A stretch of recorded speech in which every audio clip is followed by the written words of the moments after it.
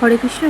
আজকে বড় জামাই বড় মেয়ে আর নাতনি আসবে, তো সকাল সকাল চলে যাচ্ছি, মেয়েকে টিফিনে দিতে যাব। দেখতেই পাচ্ছ একদম পুরোপুরি রেডি হয়ে গেছে, গোপুসোনার উঠে গিয়েছে।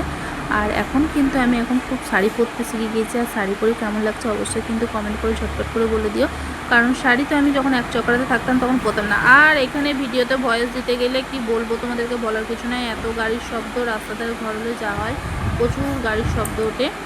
যাই হোক, আমি অত কিছু এডিটিং ভালো করে করতে পারি না, যেটুকু পারি সেটুকু তোমাদের সঙ্গে শেয়ার করি। তো এই যে দেখো, মেয়েকে টিফিন নিয়ে চলে এলাম। এখন আমি বসে আছি, এখন মাস্টার আসেনি, মাস্টার আসবে দিয়ে তারপরে আমি কিন্তু চলে যাব। তারপরে এই যে তোমাদেরকে দেখো, মেয়ে যেখানে পড়ে সেই দিককার ভিউটা তোমাদেরকে একটু দেখিয়ে দিলাম। কেমন লাগছে অবশ্যই কিন্তু কমেন্ট করে বলো ঝটপট করে। আর জায়গাটা দেখো খুব সুন্দর, কিন্তু আমার কিন্তু খুব ভালো লেগেছে। আর যাই হোক, এই যে তারপরে চলে এলাম আমি ছাদে এসে কিন্তু আমার গাছে কিছুটা ফুল ছিল, সেই ফুলগুলো কিন্তু আমি তুলে নিচ্ছি। এখন বেলি ফুল ছিল কয়েকটা, আর 3-4টের মতো তোমার নয়নতারা ফুল ছিল, আর তুলসীপত্র। আমার গাছে এখন অতটা ফুল নেই, তো যেটুকু আছে সেটুকু দিয়ে ভগবানের পুজো করি, এটাই হলো সবথেকে বড় কথা। তো তারপরে এই যে দেখো, কয়টা ফুল তুলে নিলাম সেটা তোমাদেরকে দেখিয়ে দিচ্ছি। আর এই যে এক হাতে করে ভিডিও করা, আর এক হাতে এরকম করে ভিডিও করা খুব চাপের ব্যাপার হয়ে যায়। তবুও তোমাদের সঙ্গে দু একটা আমি শেয়ার করি, শেয়ার না করলে লয় বলেই। তো আজকের ভিডিওটা কিন্তু তোমাদেরকে আমার মেয়ে, জামাই আর নাতনিকে দেখাবো। তোমরা কিন্তু দেখতে কিন্তু ভুলো না, অবশ্যই কিন্তু ভিডিওটা কিন্তু দেখো। তো এই যে ফুল তুলে নিলাম, তারপরে কিন্তু এখন আমি চলে যাব ঠাকুরঘরে গিয়ে কিন্তু আমার গোপুসোনারা উঠে গেছে, সেটা তোমাদেরকে দেখিয়ে দিই চলো। তারপরে কিন্তু গোপুসোনাদেরকে স্নান টান করিয়ে তারপরে আমি ভোগ লাগিয়ে তারপরে রান্নাবান্নায় যাব। তো এই যে দেখো, গোপুসোনাদেরকে ভোর ভোর উঠিয়ে গোপুসোনাদেরকে ভোগ লাগানো হয়ে প্রসাদ পেয়ে মেয়ে টিফিন গিয়েছিলো। তারপরে এতে স্নান টান করিয়ে তারপর গোপুসোনাদেরকে তোমাদেরকে আরও একবার দর্শন করে দিলাম। আর কেমন লাগছে অবশ্যই কিন্তু কমেন্ট করে বলো। আর রাধে রাধে, হরে কৃষ্ণ একবার অবশ্যই কিন্তু বলে যেও। তো আজকে একটু বেশি বেশি কাজের চাপে আছে, কারণ মেয়ে জামাই এখানে আমার কাছে প্রসাদ পাবে না, প্রসাদটা পাবে তোমার ইস্কন মন্দিরে প্রসাদ পেয়ে তারপর আমার কাছে আসবে। তো যাই হোক, তো আমাদের এই মামে দুজনের মতো রান্না হবে, আমাদের দুজনের মতো রান্না বান্না করব। আর সকাল সকালে এই যে আলু ভাজা করব। আর গোপুসোনাদেরকে এখনও মুড়ির ভোগ লাগানো হয়নি, তো এই যে আলু ভাজা করব, তাই আলুটা সামান্য করে নেওয়া হয়েছে। আর এখানে চাউমিন করবো কিছু, সেটাও সেই সবজিগুলো তোমাদেরকে একটু দেখিয়ে দিলাম। কারণ দেখছো কি অবস্থা, সব সময় যে ভাবি একটু ভালো করে ভয়েস দেবো তা আর হয় না। গাড়ি পেরিয়ে যাওয়া, সে এমনিতেও ভালো করে আমি কথা বলতেই পারি না তোমাদের মতো অত সুন্দরভাবে।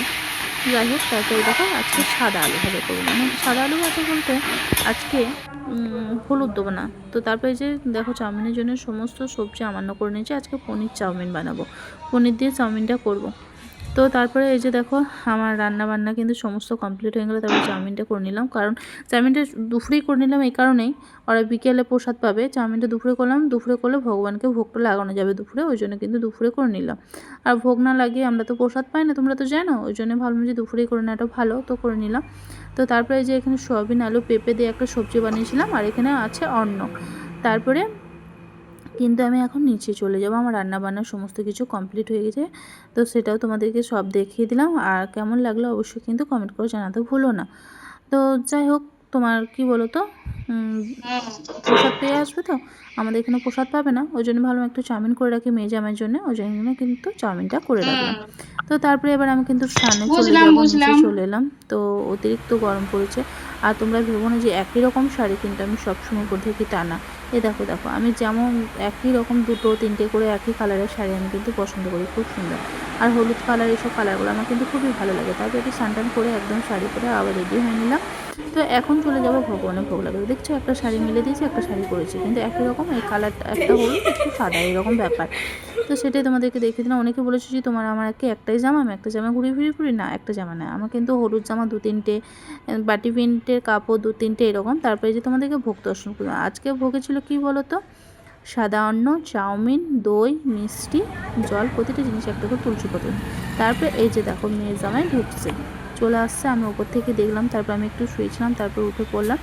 তারপরে এই যে দেখো আসছে, উপরে দেখাচ্ছে, কিন্তু মেয়ে কিন্তু আমার মুখ দেখাতে চায় না ভিডিওর সামনে। আমি তাও নুকি একটু ভিডিও করেছি না জানিয়ে। তো বললে কিছু বলবে না, এটা হচ্ছে আমাদের জামাই। আর নাতনি তো ওই যে মেয়ে কোলে আছে, দেখতেই পাচ্ছ।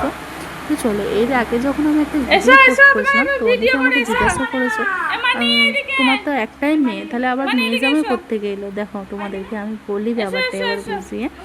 মেয়ে জামাই বলতে এটা হচ্ছে আমার বড় মাসির মেয়ের মেয়ে, মানে আমার দিদির মেয়ে। আর দিদির মেয়ে জামাই মানে আমারও মেয়ে জামাই, এটাই সব থেকে বড় ব্যাপার। আমি মাসি হচ্ছি, আর এটা হচ্ছে আমার নাম, আমার নাম হচ্ছে, সেই জন্য আমি বললাম তোমাদেরকে আমার মেয়ে জামাই। তো নিজে পেটে না হলেও কিন্তু দিদির মেয়েরাও কিন্তু মেয়েই হয়। যাই হোক, যাবার সময় একটু ভিডিও ছবি সব কিছু করে নিলাম। আর এই যে বসে আছে আমাদের এতে জামাই, আরও এই যে দেখো ওইদিকে আমার নাতনি। তো চল আজকের মতো ভিডিওটা এখানে শেষ করলাম। কেমন লাগলো অবশ্যই কিন্তু কমেন্ট করে বলছি।